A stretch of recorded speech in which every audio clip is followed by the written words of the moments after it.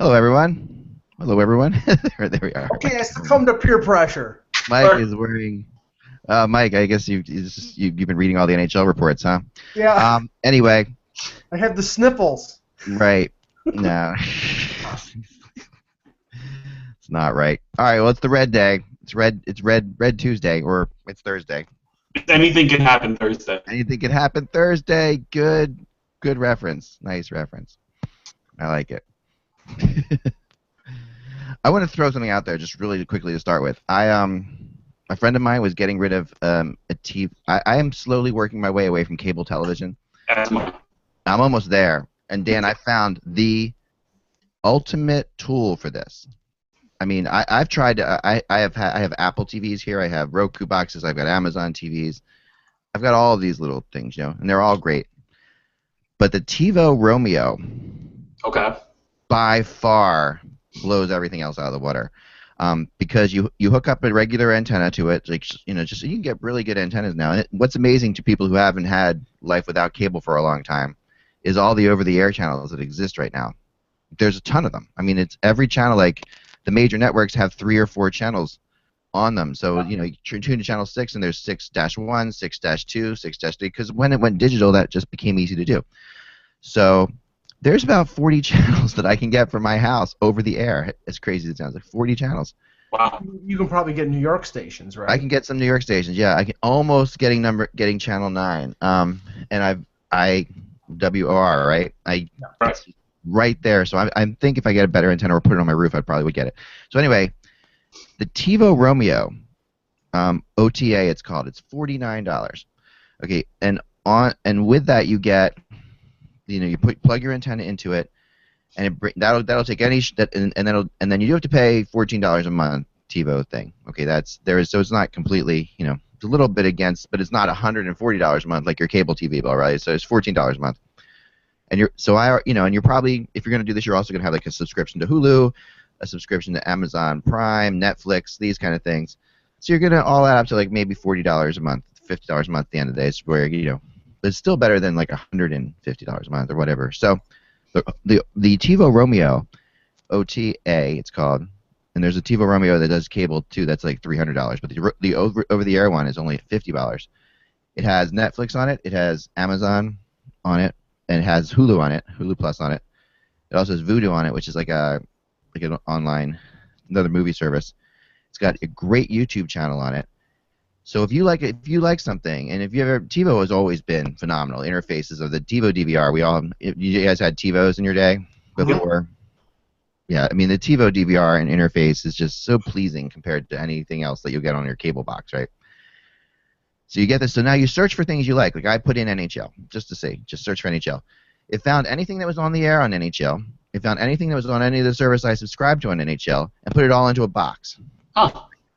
How cool is that? Like pretty cool. Literally, I mean, it literally is taking it puts all that together. So like Big Bang Theory, like we were just referring to. Yes. I like Big Bang Theory a lot. I will watch it anytime. Modern Family. I love Modern Family. I like the new Muppets, like we talked about. It's great. Yeah, the newest one was really funny. I haven't watched it yet. Yeah, it's good.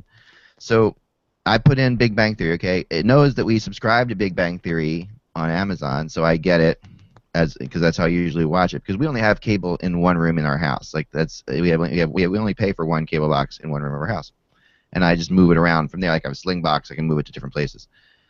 So it knows I'm already subscribing to Amazon. So it says it starts recording Big Bang Theories. It moves all the Big Bang Theories from Netflix or Amazon onto my thing, so it's all accessible from one spot. So I don't have to open Netflix. I never have to open Hulu. I never have to open Amazon. And it's all right there. I mean, I'm telling you, it's just it's awesome. And then if you get another one, so now I'm really tempted to get the bigger one to go to the cable box, right? Because if you get the other one, it also records 6 things at once. So why would a normal person need that, right? But if you're a hockey person, and it's possible you could get to 3 or 4 at once. So recording 6. But Mike? I was going to say, I hate to tell you how much I pay for my cable bill. Yeah. What is it? Over $200. Right. So I'm telling you, this is like. Wow.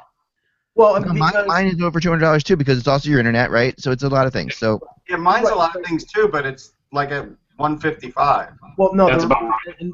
and I'll briefly explain the reason. In the city of Buffalo, it's basically a monopoly. Time Warner Cable has sort of blocked out Verizon being able to put in their fiber optics to put their FiOS in there. So How is that legal? yeah, well, it's sort of. I mean, You know how Optimum's a freaking monopoly. Yeah. Right. So basically, the only options that you have are Dish Network and DirecTV, and neither one of them offer any kind of internet option. I mean, DirecTV, their option is an agreement between them and Verizon. So the only way you can get wireless internet and internet is through Time Warner Cable, which is a joke. But I know. No, I know. And this is the case. So what happens here now? If I get the six one right from my one cable one. Now, there's a way. I mean, we should do a show on this at some point because there's a way to. You can also, if you get the NHL Network. Oh, and also on TiVo is MLB. MLB.TV is on. That's right.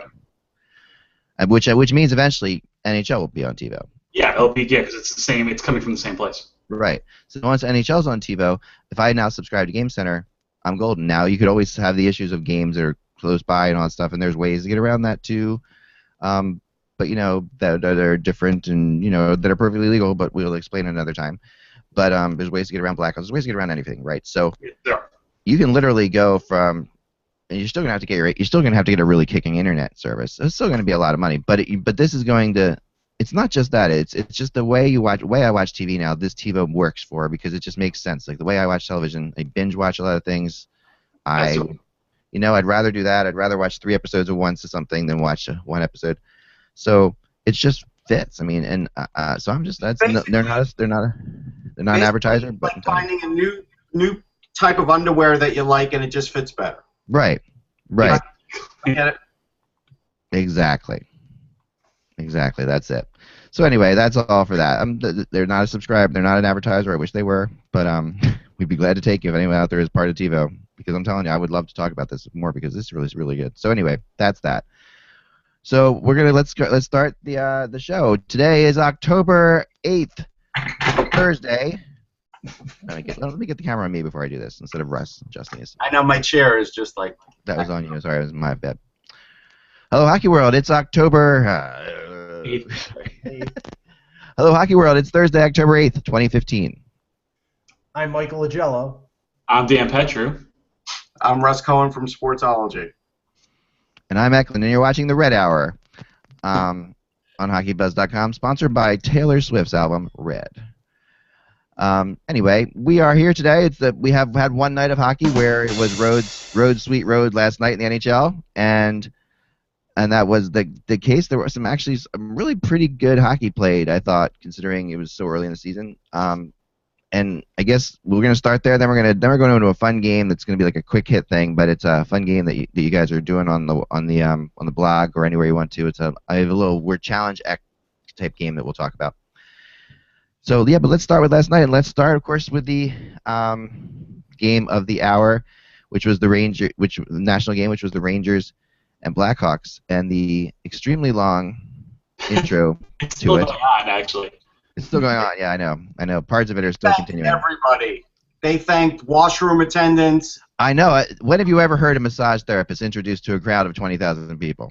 It was they're on the Victor Stahlberg montage right now. Yeah, that's right. The Victor Stahlberg montage, right? Yeah. Oh my gosh, that's too funny. I know. So that's where they are.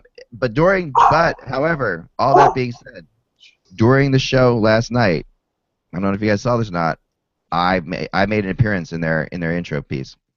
No, actually, you frozen did. part that you put. Yes, I did. I froze it. Now it was pretty funny because I'm gonna show you now what I did, or how I was in there, and I was really surprised because I'll just bring it up now. So what happens is during the montage, the Duncan Keith scores the goal, the big goal in the final game of the cup, and then they quickly go to a shot of the announcers in the Hawks booth jumping up and down after he scored. Oh, right? I didn't see that part, yeah. All right. I am sitting right next to them. So it's pretty funny. So I'm sitting there, and I'm like, wait a second, that's my spot. There I am. I'm sitting there. You just see me like this and like reaching up and grabbing something and coming back like this. It happens really fast. It's on my Instagram. You can check it out. I'll try to show you later if I can figure out how to pull that up here. But I'm too tired to figure that out. During that 6-hour introduction, I was watching Eastern Canadians. Yeah, that's a good idea. I mean, Which was almost more sleep-inducing. Oh yeah, it was. Same with Canadians, right? Actually, I thought the Maple Leafs played well. yeah, they did play well. And we're gonna make it great breaking up a little bit, Dan. But let's see, get you a better connection. No, they did. So but let's get into this game first. The Hawks did come out with their typical, which is typical of. Can we just say right now, no one should ever touch the Stanley Cup. Yep. Except when the Stanley Cup is actually won. That's my theory. Has any team won since they started this?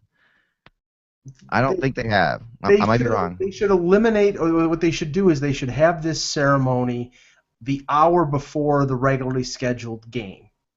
They should not have it like, have it from 6 p.m. to 7 p.m., do all your celebrations, and then go back in the locker room, and then do your pregame skate, and then start the game normally. And don't delay the start of the game for an hour while like you said, the massage therapist is being thanked. I think it's stupid. Yeah, and this is nothing against massage therapists. No, look, and I was happy seeing the scouts get their due. There's a lot of people that deserve their due. It was fun, like seeing a lot of people introduced that you knew. I mean, that I'm sure you had that feeling too, Russ, right? It was like, wow. Yeah, but the thing is, they don't need TV time. I'm with Mike on this. And Henrik Lundqvist, when he came out of the locker room, like, it's funny, Ryan McDonough may be the captain, but Henrik Lundqvist is the leader of the Rangers. Like, there's no mistaking about it. And he came out and gave a quote that, well, now that these proceedings went so long, let's really take it to him. Like, he didn't appreciate the fact that he had to wait that long to play the game, and sort of played that game with a lot of fire, as you saw. And I appreciated that. Yeah, me too. He really did. And the Rangers came out. I mean, I was telling my kids, and I had two TVs on. I had the Leafs going and the Leafs and Canadians on one TV, and bringing out the second TV. It's always a lot of fun this time of year. I got both things going on, and yeah, I was telling my daughter who's watching the game with me. She's the one, by the way, who saw me in the montage. I was like, wait a second, really? So thank God for this. Is when you thank God for DVRs, you can rewind for a second and see it. And but yeah, she I said to him, like, they're never going to win this game. They're never going to win this game right now. It's absurd. There's just no way that it can happen. Just basically at that point, you saw it clear as day. Too much. I couldn't find the stat. I was looking for it. But I'm almost sure that almost every team has lost that banner ceremony raising game. Almost all of them. I know the first time I ever saw it was during the Flyers Bruins. Remember the Flyers played the Bruins? Right. After the Bruins won it. And that was the first time I saw this, and the Bruins lost big time. Am I fuzzy to you, Russ, or am I just fuzzy to Mike? I am fuzzy to you?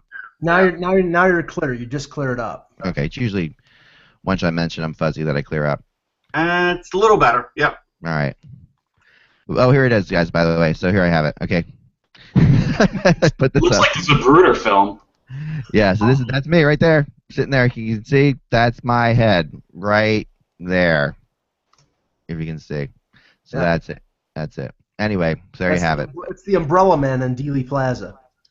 Yeah, it happened really quickly. You had to watch it. You had to know what you were looking for, but I was proud because this was my Hockey Buzz seat 1 in the press box, which really made me. It makes you feel like you've made it when you get to seat 1. So anyway, there you have it. That was fun. So let's talk about the game. The Rangers looked pretty good, I thought. I mean, I thought that, I thought it was a great game. First of all, I mean, it was way better than a regular season game should be. Between these teams, even given all the time they had to sit around and watch movies in the beginning. Yeah, they were. There was the other funny moment, by the way, was did you see the announcing as the Hawks were being announced? Seabrook and Keith are coming up at the end, right? So Seabrook's standing in the hallway, and it's like, here he is, an all-star defenseman, alternate captain, Norris Trophy winner, and Seabrook goes, whoops, and walks away. Not me. Yeah. Because he's the other two first, right? He was like, yeah, I'm a assistant captain, sure, and then and then Duncan Keith comes walking out. That was great. Yeah, and now the other defenseman who's higher paid than the Conn Smythe Trophy multiple All-Star Olympic champion Brent Seabrook. Right, exactly. So he's earned his pay. I thought it was a good game. I thought the Hawks. I was really impressed with Panarin. Yeah, He did. I mean, what's his story, Russ? I mean, is he? I mean, Kevin mentioned him to us the other day too on a podcast, and he said that this kid's something to look out for, and he definitely does not look out of place. No, he doesn't look out of place. I don't know what his complete story is. I just think he's another guy that just never came over. That's what I always took out of him. I didn't really know him. I mean, I just knew about him when they started negotiating with him and started looking at, the player then. I wasn't all that aware of him, to be honest. Yeah. I mean, the only thing I had heard about him before, he signed was that because he was playing for St. Petersburg, which is the same team that Kovalchuk was playing for. And he had scored over 20 goals 2 years in a row for them. So he, I don't know if he was playing on Kovalchuk's line, but he scored more than him last year. Yeah, no, and that's something. That's a pretty good accomplishment. That's no small task. I mean, I agree. He's got the talent, and you know what? They had no problem putting him into all sorts of situations. No. He was out there when they were trying to tie the game at the end, and he did get kind of ripped off on that goal. Did you think? I mean, I thought, here's the funny thing. I've seen that kind of goal go both ways. Yeah. And to me, it's like if they shoot it and you can go like 1 Mississippi, 2 Mississippi, and it doesn't go over the line, then I think blowing it dead is the right call. I think at some point you always can knock a puck loose, and Kane did knock it loose after a couple of seconds. See, I'm almost of the opinion, Russ, that if Taves had knocked that puck in, it would have counted, but Kane was the guy that was coming in from the side. Totally agree, and that's what I'm basically getting at is, there was a 2 Mississippi, and then all of a sudden Kane gets a stick in and it goes in then. And you can also see you can also understand from the angle that the ref had on that play how he could lose sight. Yeah. Oh yeah. Complete sense of the angle he was in, where obviously you could tell that it might be free or might be moving, but there's no way for him to know that. Now, what I was curious about, because we saw the first coach's challenge used in Toronto, we'll talk about that in a minute, whether that was something that Quenneville could have challenged. I don't think so. I think it's a whistle, so there's no way to really. Yeah. Now I was getting a lot of heat on the internet for calling the first goal actually interference, not goalie interference, but I thought real interference, and because as the play happens, they don't call interference anymore. Yeah, this was so. It was a heck of a play by Pacioretty. Right, Pacioretty takes the shot, the puck's popping over the top of the net and rolling, trickling towards the line, and Pacioretty then pulls Morgan Riley's stick almost out of his hand to the point where when Riley goes to actually try to take the puck out, he's using his butt end of his stick, if you noticed, to get the puck out. I mean, it was completely interference. There was no question about it. I mean, Riley never touched the puck, and this actually made the goal count. There was no two ways about it. But it was a great play by Pacioretty to have the sense of mind to know that Riley was going after the puck. And it was a horrible play by Bernier. I mean, that was a high shot that he should have gloved against his body. It should have never rolled over his shoulder. I mean, I agree with that. Yeah. Yeah, no, it's hard not to agree with that. I thought the Leafs played pretty good yesterday. They did. I mean, they definitely did. I thought they looked better for most of the game than the Canadians did. They dominated the first half of the game, I thought. Well, I'll tell you this, and like I said when we were doing our previews, this team will work hard. They will be better structured defensively. They can't score worth a damn. And you saw that. That's a great point, Mike. They're going to be more structured. The effort is going to be there, but they don't have the players to execute that. I mean, Peter Holland had a golden chance in the third period, and now granted, they were playing against the best goaltender in the NHL. That's the thing. Price played very well. Of course he did. He has to. Carey Price has to play like that every night. Right, he knows that. Yeah. The funny thing was all of my prejudices in terms of the Canadians and the Maple Leafs played out last night. The Leafs can't score worth a damn. They had 37 shots on goal. They created a lot of opportunities, but they couldn't get the puck by Price except for a deflection off of Van Riemsdyk's skate. The Canadians, they completely relied on Carey Price. They got a fortunate goal on Pacioretty, an empty net goal because of Nazem Kadri losing the faceoff in the offensive zone, and the Galchenyuk goal was because Spalling couldn't get the puck out of the zone, and Markov got a shot on net, and the Leafs couldn't clear the front of the net. They were opportunistic, but the thing is, Montreal, if they're going to go deep in the playoffs, they need more than Pacioretty and Galchenyuk and P.K. Subban's getting 3 assists last night to be able to win. I think they will, though. I think this gets overblown with Montreal, and they do get a lot of guys contributing. They just don't have big point scorers. But the other thing is, Mike, if the Leafs give this kind of effort against most teams, they're going to get more goals. This is Gary Price we're talking about. It is the season opener. You would think that these guys are professionals, and some of them are from Toronto. They want to put on a show. And you know what? With the way things are going right now, there are players that are going to go in and out of the lineup. They're singing for their supper. So this was a heightened effort. And they're trying to impress Mike Babcock. I mean, they've got to be doing that. I mean, all this is at the same time. Last night they gave Leaf fans scarves. That's not the right picture. Sorry. Here it is. Was he a Leaf fan? I didn't realize. Okay. Yeah. Instead, they gave them. They gave them scarves last night. I had them here. Here they are. There we go. You can see. Yes, these were. My wife said, "Why were the Leafs fans given taluses when they came in the building?" It's talus night in Toronto. It was. It's crazy how much this looks. It's like true. A talus. I mean, I know we don't have maybe we have, for the Jewish people out there, you'll completely understand that this is, so that's why I tweeted out, like, why are the Leafs playing at Yom Kippur services? Because that's what it looked like. There was one person that looked like they had a yarmulke on, but only one. That one person to the left there looked like there's a yarmulke, but other than that, Yeah, this guy here. This guy here. Yeah. Yep. Anyway, that was I thought was pretty funny. So then we get to the late games. Well, one more thing. I wanted to say one more thing about the Ranger game.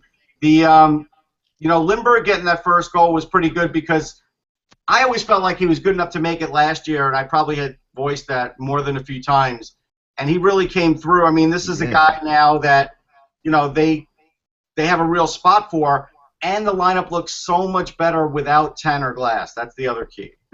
No, they do. They really do. Lindbergh almost scored again right after he scored the first goal. He did. Scoring again, and then Mike will now read the 4 questions. Go ahead, Mike. Hi, Mike. Never mind. I forgot my yarmulke. Why is this night different than other nights? Yarmulke would help you out a little bit, actually. It would, yeah. All right. The late games. All I can say is Viva la San Jose. You guys just completely ripping me yesterday. One game. They looked every bit why I was saying that they're going to be a force, why they're going to win the division. But did the Kings ever start a season good? No. The Kings don't start well. Every year. Yeah, they looked old, though. I feel like they're getting old. Every year. That Dustin Brown contract's one of the worst in the game. And that check that he threw late. You mean the headbutt, the flying headbutt? Flying body block. I mean, honestly, I said Paul Martin might have been the worst free agent signing from this past summer. I think right now the worst contract out there could be Dustin Brown's because he's making what is he making, over $6 million for another seven years. Yeah. He can't score anymore. I mean, he's one of these guys who is he's sort of a David, and I'm not comparing him to David Clarkson, but he's sort of a David Clarkson type of player where he's playing very physically. He's a hitting guy. If he starts to lose a step, he's not going to be able to score.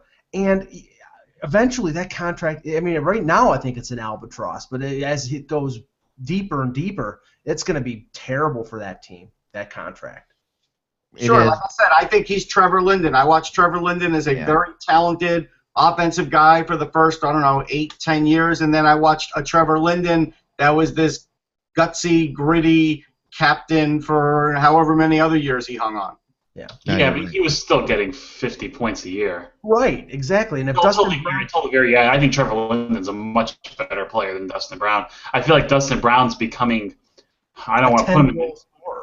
Yeah, but Trevor Linden doesn't have 2 Stanley Cups. Like Dustin Brown has captained the team to 2 Stanley Cups. So I mean that's all fine and good. But last year he had 11 goals in 82 games. Right. Oh yeah, no, I know, but I still think that it shouldn't be $6 million. Should have been closer to 4. But he's definitely worth something. He's worth his experience and what he brings to the table. But with the cap though, you can't pay that much for intangibles. No, you're right. I do agree with that. I can't disagree with that at all. I wanted to one more thing about the Rangers game I wanted to mention real quick. The tough player of the year so far has to go to Ryan McDonough. Oh, I mean, what the hell?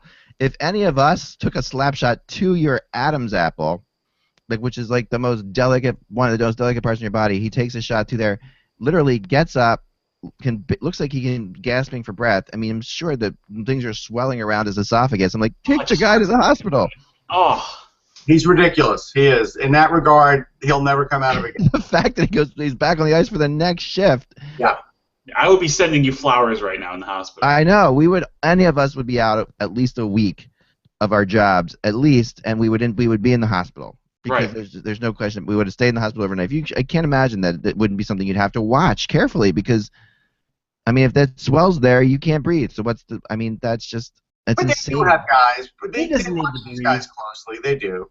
Oh, they do, but the fact that he was, and I mean, just the fact that he could play again, and the fact that he wasn't like just in agony and completely just he gets to the bench and is like, look, you can see him gasping for breath, and him saying, yeah, I'm fine. I mean, what the heck? That was something. That was really impressive. But the final thing on the Sharks-Kings game, yeah, I do agree that the Kings, the Sharks, like I said before, they have the best winning record for openers over the last 10 years. I think they're something like 8-2. They're an incredible winning record on NHL opening night. So I knew they would have a good game last night. But yeah, the thing about the Sharks has always been consistency, and it's always been about they've always had the players. And the thing about Peter DeBoer is what I like is he's very good at getting consistency out of it. I think there's a lot more here to this than people realize. I just do. I think that this is not your everyday Sharks. This is a new coach, a new defense. I mean, Paul Martin had his moments up and down last night for sure,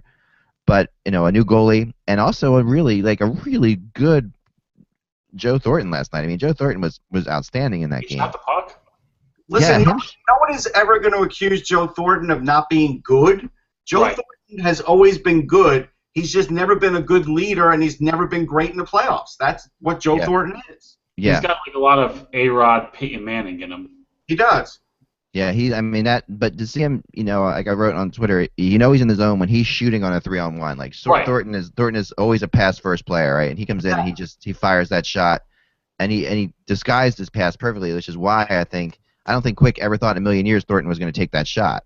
Probably not. He's got to think this is Thornton and it's 3-on-1. He's passing the puck. There's no two ways about it. It looked, though, what I liked from the Sharks last night is they have a lot of nice young players, and it also seems like they've shifted the core to some of those young players, and obviously the likes of Joe Pavelski, and they just looked great last night. And I think if Hertl is finally healthy and he's in a new system with a new coach, that's a guy who can add a lot of offense as well. They looked good last night. And Brett Burns is a star. He is. Oh, he is. He's totally a star, and he plays like a star. He's so dynamic too. He's one of the more interesting players in the NHL. I mean, with the beard and all this stuff, he's really a fun, exciting player. And you can tell the players on the Sharks just love him. That they think he's the greatest thing ever. I mean, Mike. Sorry, something. No problem. Background. Sorry. It's fine. I thought you said something. And then finally, the last game of the night was Vancouver-Calgary, which I had going on the other side, and this was a shocker a little bit. I mean, Calgary came out flatter than flat in this game. Ramo did not look good. That was brutal. That goaltending was brutal last night. That was brutal. I agree. And Vancouver got they showed what their youth can bring. I just again, how long can that run through the season, Dan? We talked about that yesterday with Vancouver. I like their young pieces. Their old pieces looked very young last night, and if it's going to be a return to form with the Sedin twins and Burrows looking like it's 2008, they were just great last night. I'm not sure how much was Vancouver being amazing, and how much was Calgary skating with cement blocks on their shoulders. They just looked awful and almost disinterested at times, and deflated after some of the goals that were gave up last night. I saw a stat. It was an interesting stat that Hartley has not gone more than 8 games using the same goalie since in years. And I feel like they need to make a decision there. They need to pick one guy, and they need to go with him. And I think until they do that, I think it's going to be a distraction. Yeah, and honestly, I'm sorry, Russ. I don't understand because, I know you're high on Kyrie Ramo. I don't get it because Hiller, to me, is the more consistent and more proven of the goaltenders. He's stable. And, it puzzles me with all these rumors that are coming out about them trading Hiller and maybe signing Ramo. It almost makes me think that they would sign Ramo because Ramo will be less expensive. But honestly, that team has a ton of cap room, and if Hiller is the stable guy, and I think Hiller can get you through a playoff series where I don't know if Ramo can. Ramo is an unknown commodity. He had a cup of coffee with Tampa a long time ago as a young goaltender. He went away, came back, and I think he's okay. I don't think he's a number one goaltender. I mean, I think the future number one goaltender for the Flames, and it's probably a year or two down the road, is Gillies. I agree. Mm-hmm.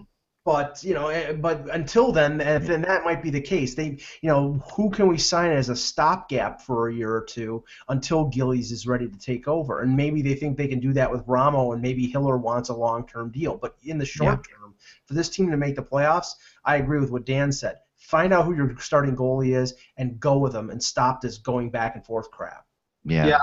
I've not liked Ramo. I don't think he's going to last long. Hiller proved it last year. There was no reason for him not to be in it again, and I think that's the way they should go. As far as the Vancouver, I mean, look, Jared McCann was like icing on the cake for Vancouver to be able to get him 24th. I had him ranked much higher. He looks good. Yeah. Will he stick? Who knows? But he does look good, and I'm happy about that. I am never going to throw the dirt on the Sedins. It's way too early, even at 35. And that's what I was saying. I mean, there's still too much continuity there. I'm not saying Vancouver is great, but I'm saying they're better than people think. And I think Brandon Sutter probably read those headlines about the steal that, Penguins fans think they got in that trade. Well, we'll see. Well, and the funny thing is, Russ, that the Sedins had a bit of a spark up last year when they had Zach Kassian on their line. Yeah. And we know what Zach Kassian is. Yeah. So if you put a guy like Vertanen in there who's got a lot of talent, and they keep him there, I mean, that could infuse them with a little, youth and a little jump. I mean, that's the thing. I mean, in the end, I think that team is going to fall off and not make the playoffs because the core players are too old. But and Vertanen didn't even play. I guess that puck off the face, he's probably going to take a few games, right? But so I mean, I didn't see a lot of the game. So another thing too is they do have right now they have a healthy Ryan Miller. Yeah. Miller wasn't healthy last year. No.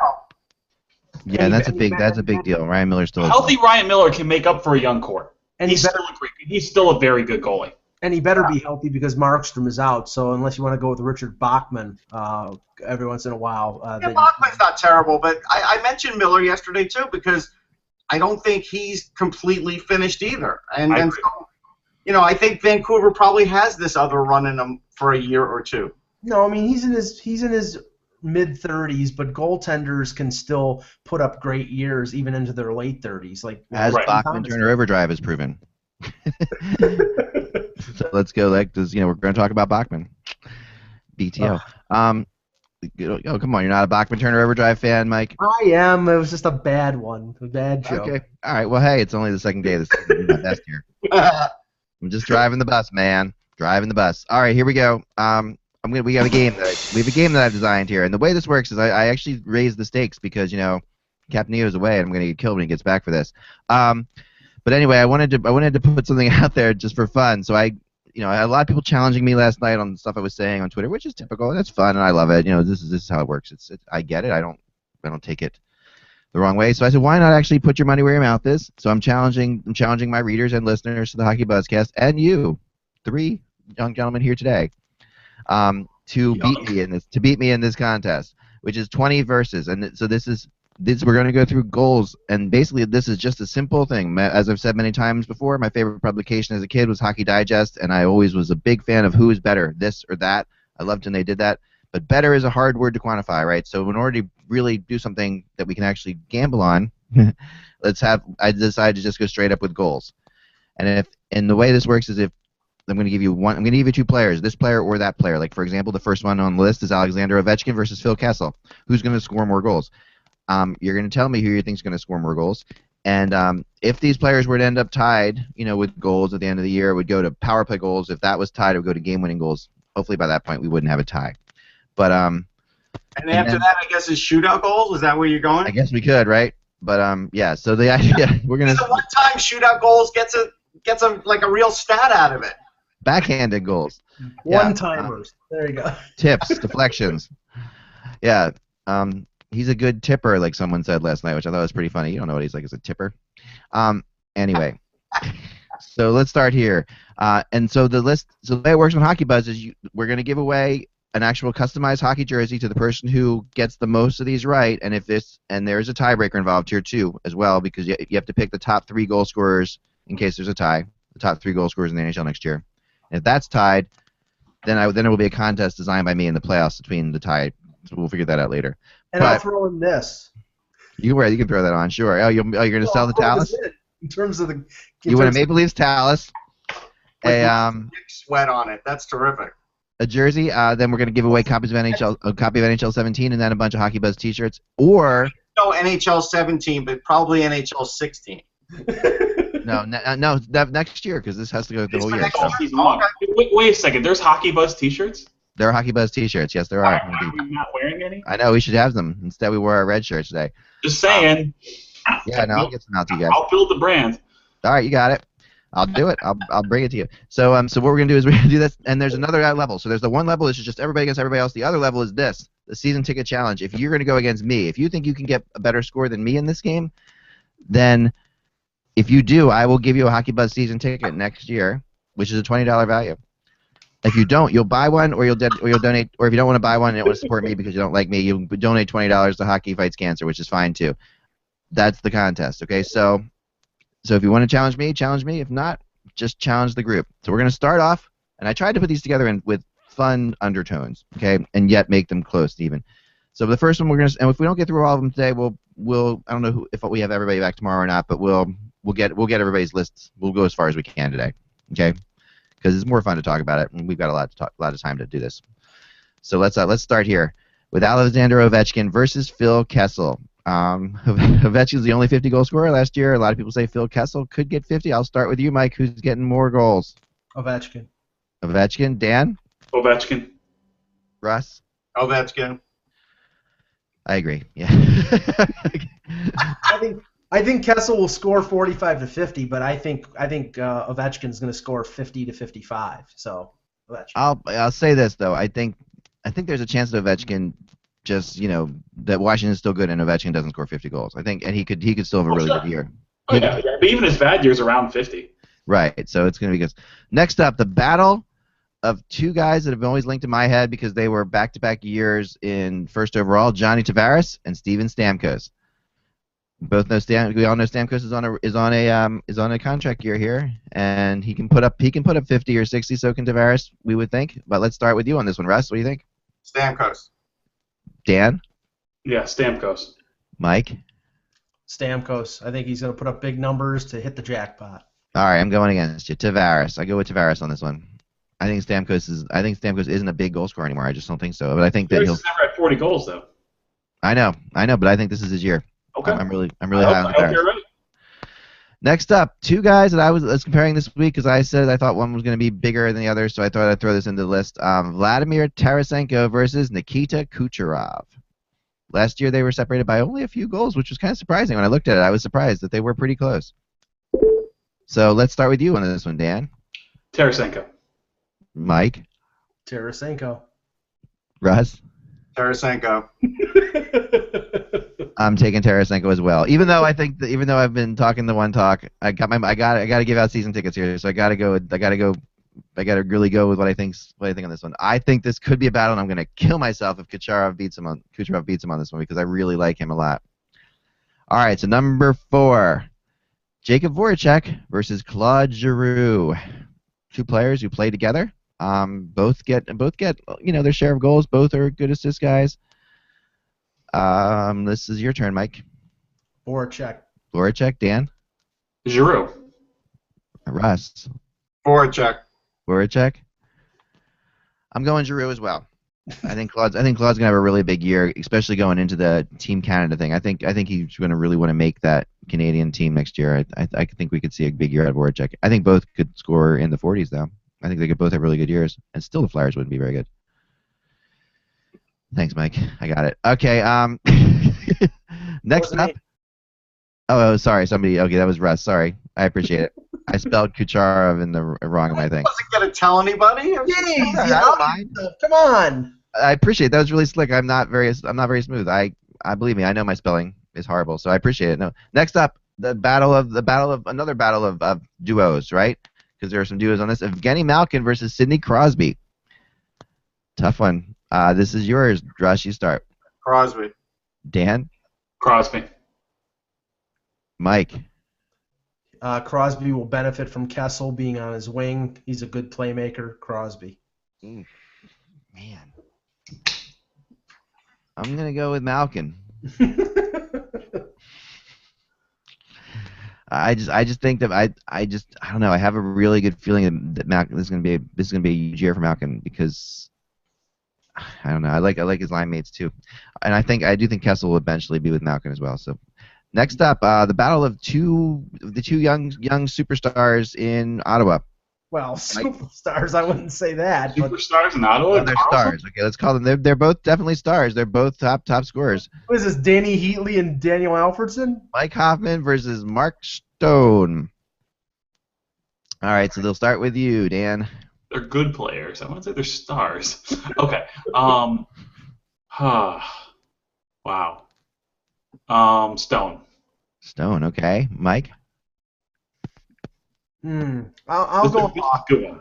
This is the best one you've come up with so far. Yeah. You got Hoffman? Russ? Stone. Stone? I'm going to go Stone, too. Great. All right. There you go. Next up, we have Dylan Larkin versus Johnny Gaudreau. Dylan Larkin coming in as a rookie this year. A lot of them are comparing him to maybe the impact Johnny Gaudreau had last year. So we start with you, Mike. I love Larkin, but I think Gaudreau will score more. Russ? I'll go Larkin. Okay. Dan? Gaudreau. I'll take his first half goals over Larkin for the whole season. Really? Yeah. Wow. Yep. Hey. There's just some fighting words there. Larkin's good, but to expect 25 goals out of a rookie is a bit much. Monahan did it. Yeah, Monahan did it, and I think he's as good as Monahan, right? I'm going to go Dylan Larkin, too. And I love Johnny Gaudreau. He's one of my favorite players in the league. All right, next up, the next battle of duos on our list, Jonathan Toews versus Patrick Kane. And by the way, that save on that backhand last night that Lundqvist had against Kane, Lundqvist is the only goalie in the league that saves that. Oh, absolutely. Yeah.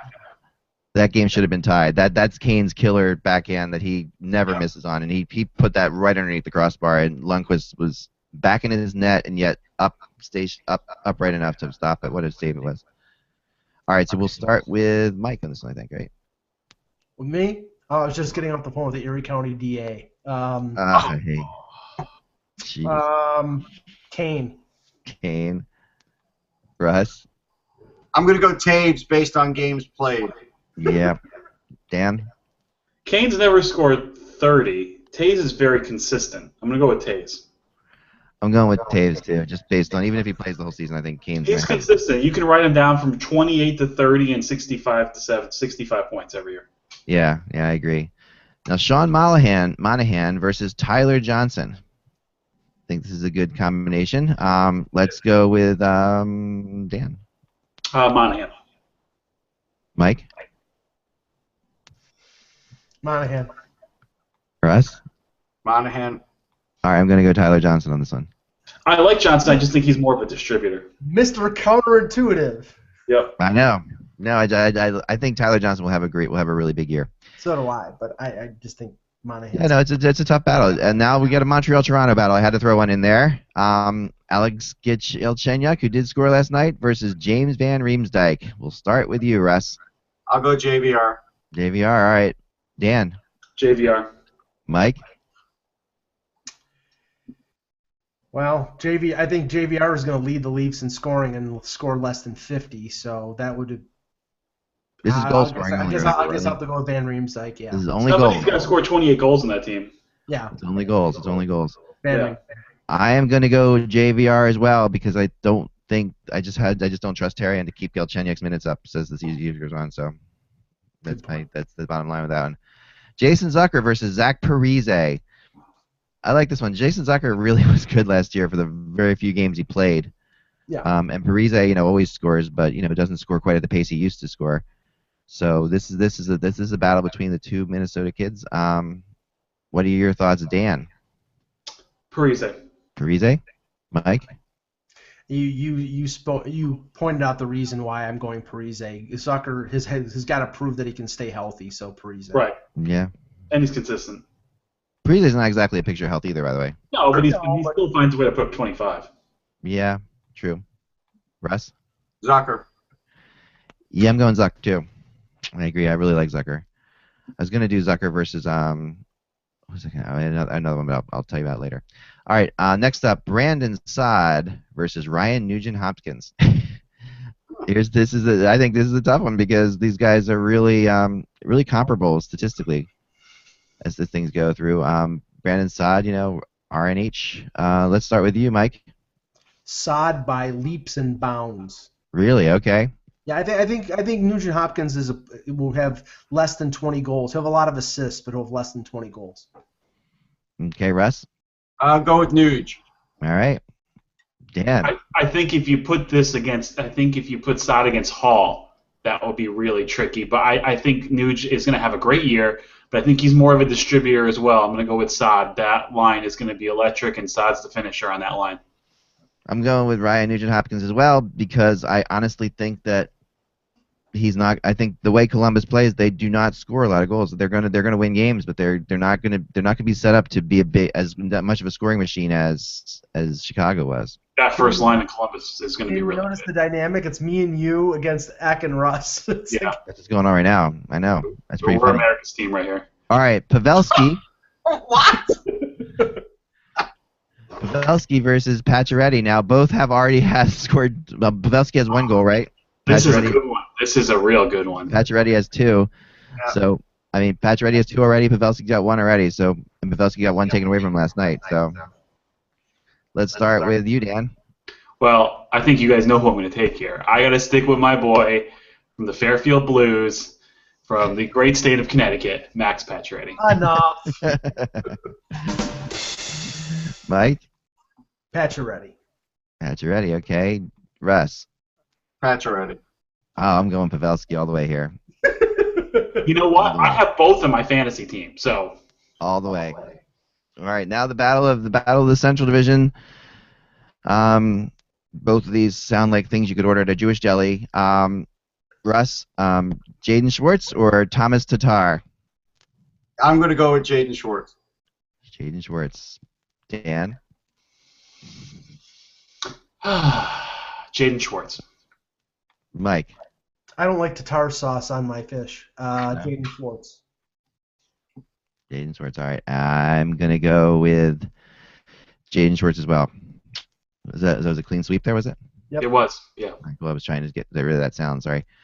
Okay, now, the battle of the kid who used to be in Columbus versus the kid who is currently in Columbus. Rick Nash versus Ryan Johansson, starting with Mike. Johansson. Oh, interesting. He only scored 21 goals last year. I think he's going to have a big year, and he's got Saad and Foligno on his line. I think that's going to be the best or the second best line offensively in the NHL. True. Russ? I'll go Nash. Shocker. Dan? I'm going Johansson. Listen, I know Russ is not a Nash fan, so that's not. No, I know. But that's I'm going Johansson too. But even though I said what I said before. I think they're both going to get 30 this year. I think it's going to be close. I think they're both going to be in the mid. Yeah, I think Nash comes down a little bit. Johansson comes up. It will be a battle. I think that's a good one. Actually, that's a really good one. Cool. Thank you. Next up, Ryan Getzlaf or Corey Perry. Come on, you got to compare these guys. Yep. Start with you, Russ. Perry. Perry. Dan. Perry's the goal scorer. Mike. Perry. Remember, they're not playing on the same line right now, at least. I know. Yeah, no, that won't last. No. Getzlaf.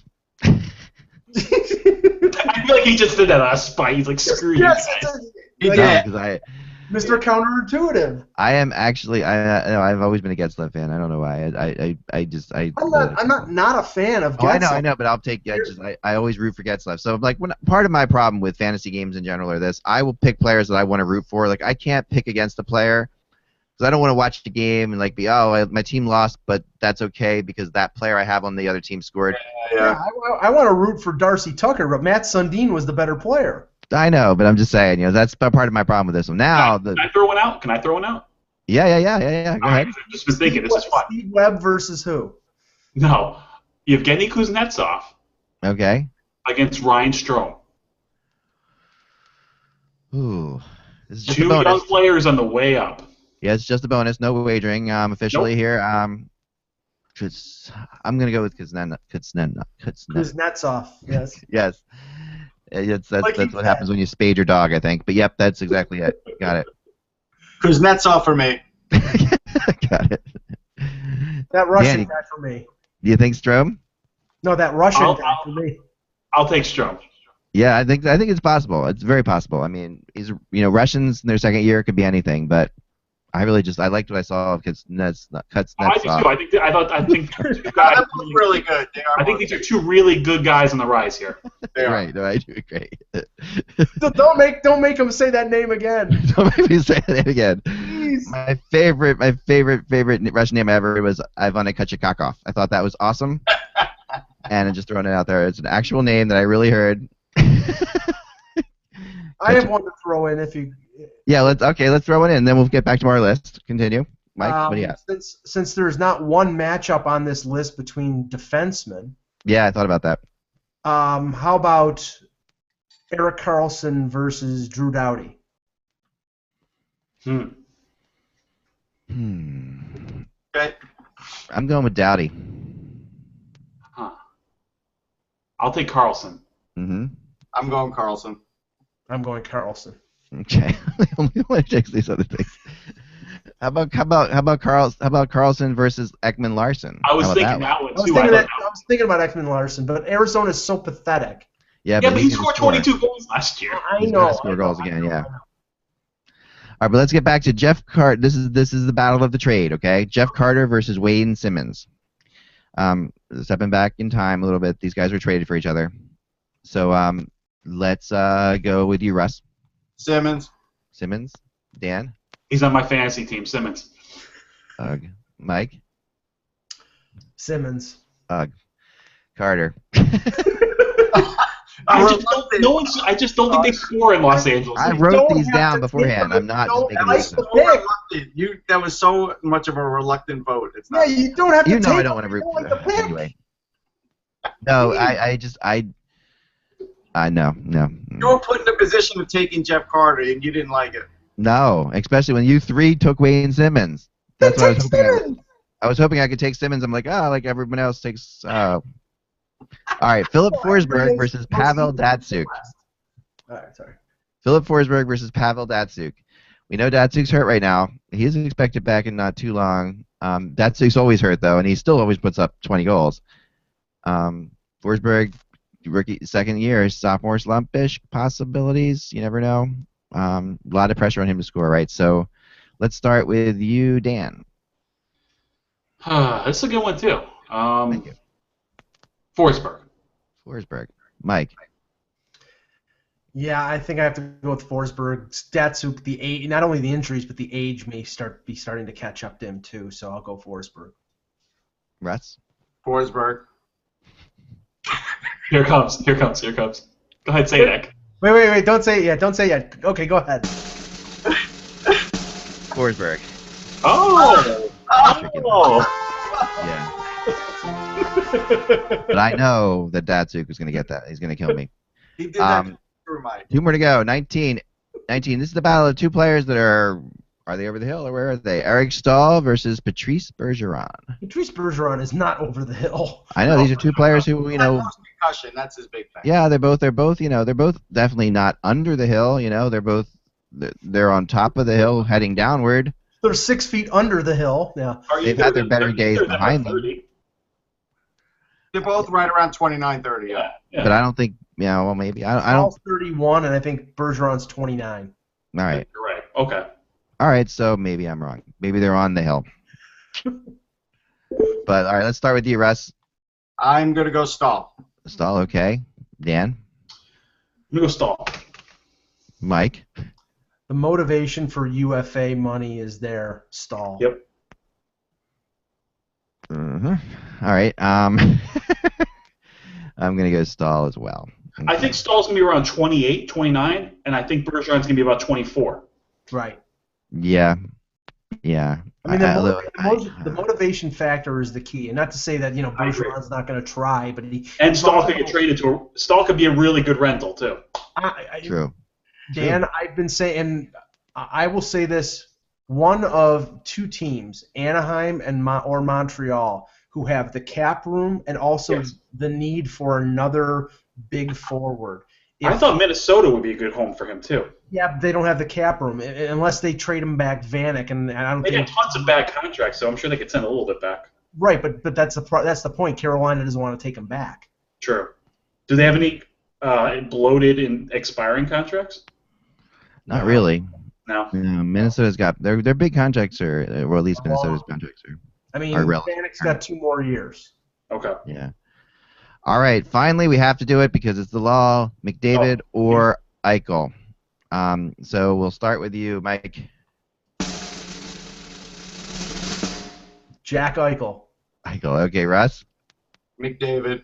Whoa, Dan. Sam Bennett. No. I'm going to go with. Shit. I'm going to go with Eichel. Censor.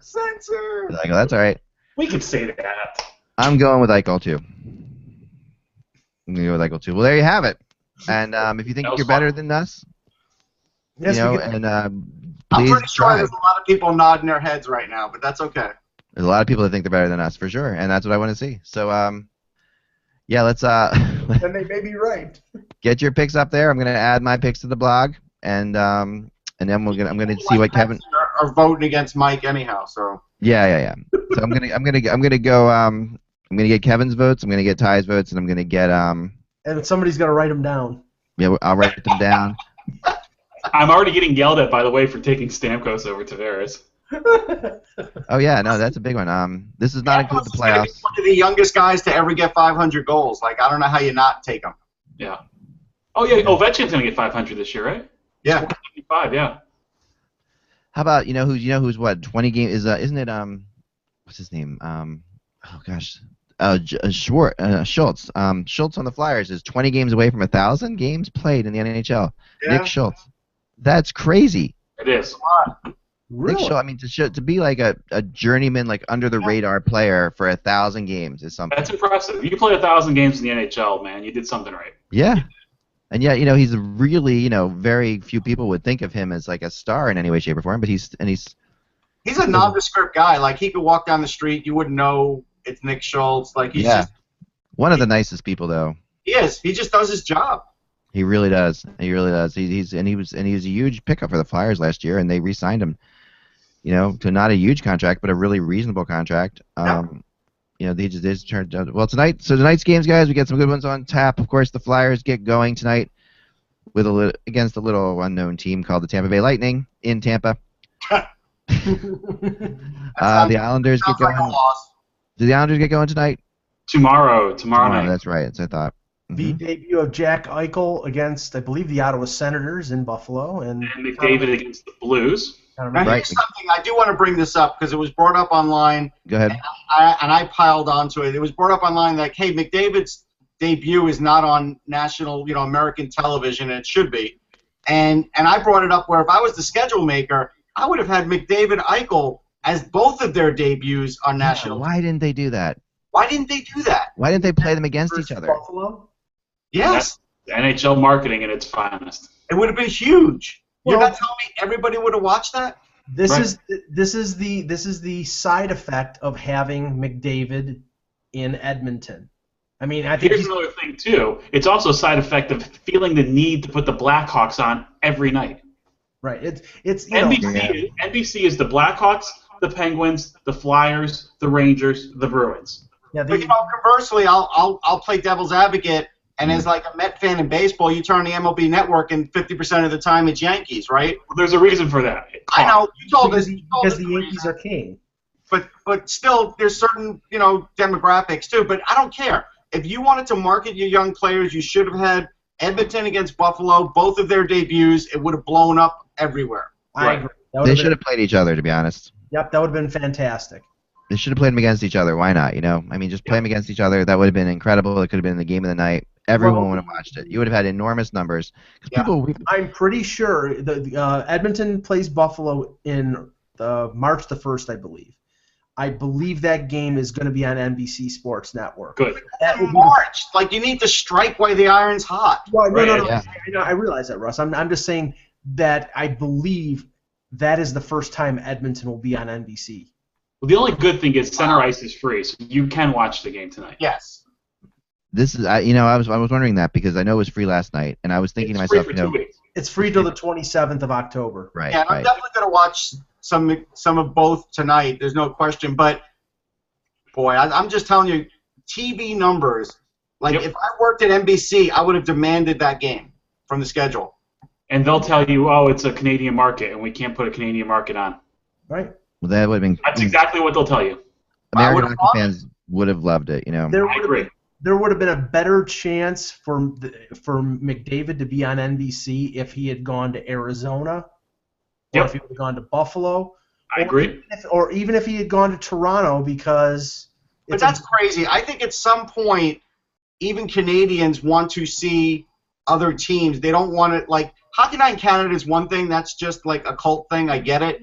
But like for every other night of the week, they don't want Leafs Canadians every game. They don't.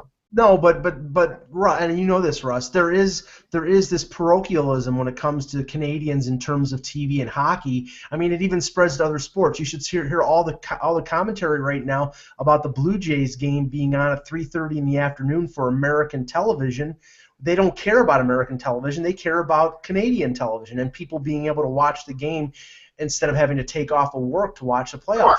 But, conversely, I won't get into the baseball discussion. As far as the hockey discussion goes, the U.S. is still driving the bus. More teams are in the U.S. Oh, yeah, no, there's no question. I mean, I've had this discussion with people at Comcast at Sportsnet, and they've told me flat out the numbers. I mean, the numbers are just so much bigger when they put the Flyers and Penguins on than any other game.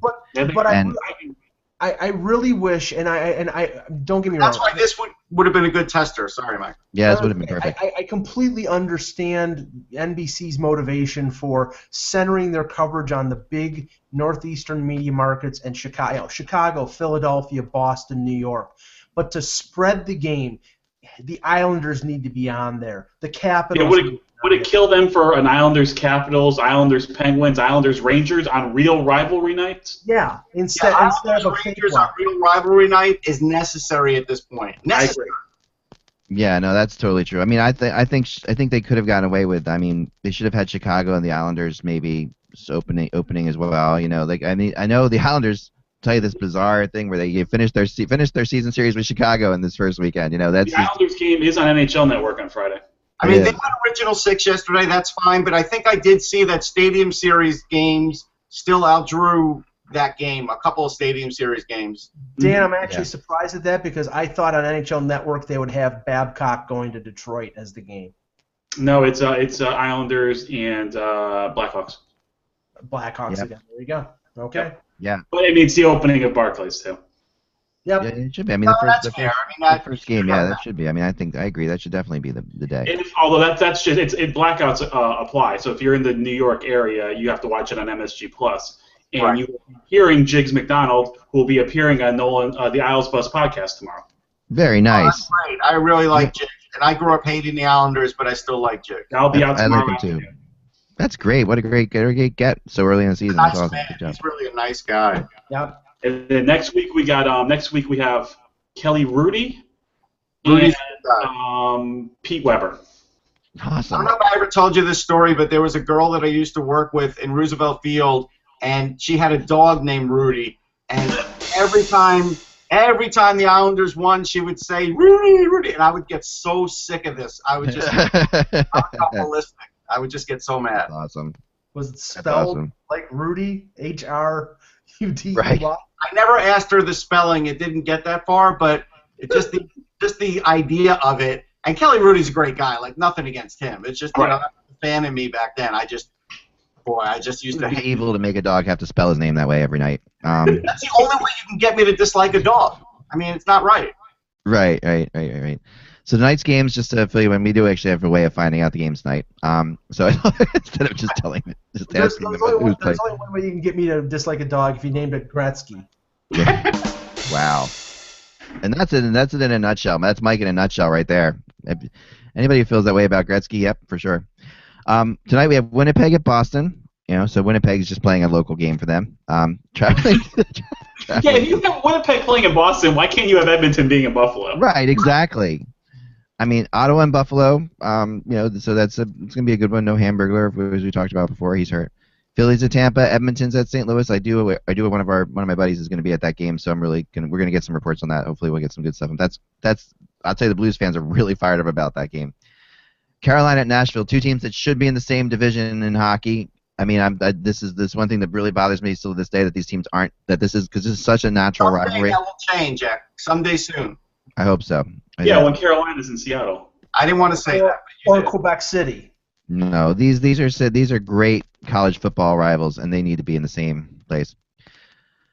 Pittsburgh opens up in Dallas, which is a surprising one. Fun for guys like Goligoski, but besides that, Kessel-Sagan rivalry is renewed. Oh man! So wait, it's Dallas-Pittsburgh tonight? Yeah. Oh, I gotta take the over on that game. Yeah, they're gonna score a lot of goals in that game. Woo! I better call DraftKings. Oh, sorry.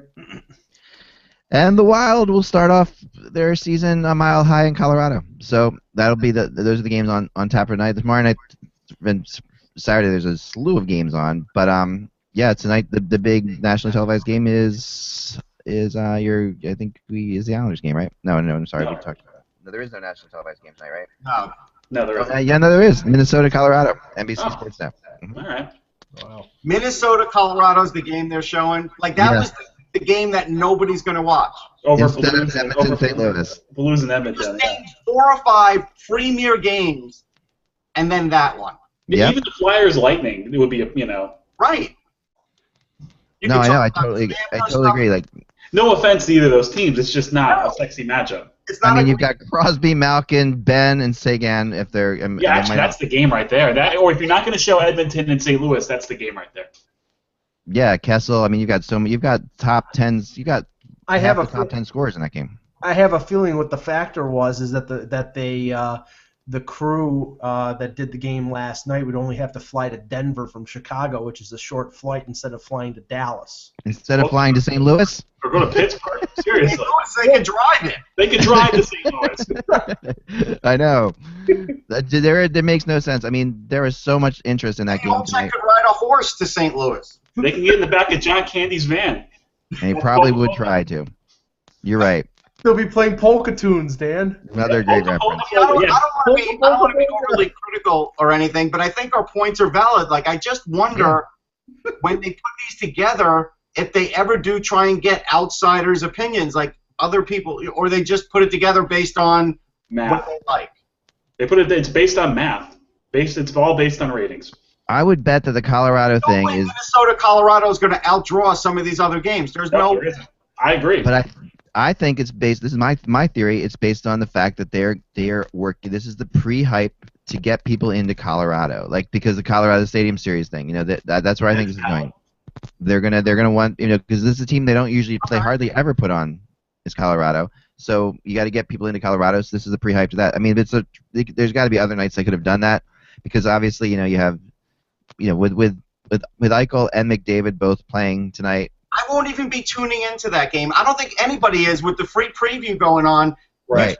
4 other games that I need to watch. Or you can make the argument that this is a great advertisement for games for NHL Center Ice tonight. Then you could say that too. That's a good argument for it, sure.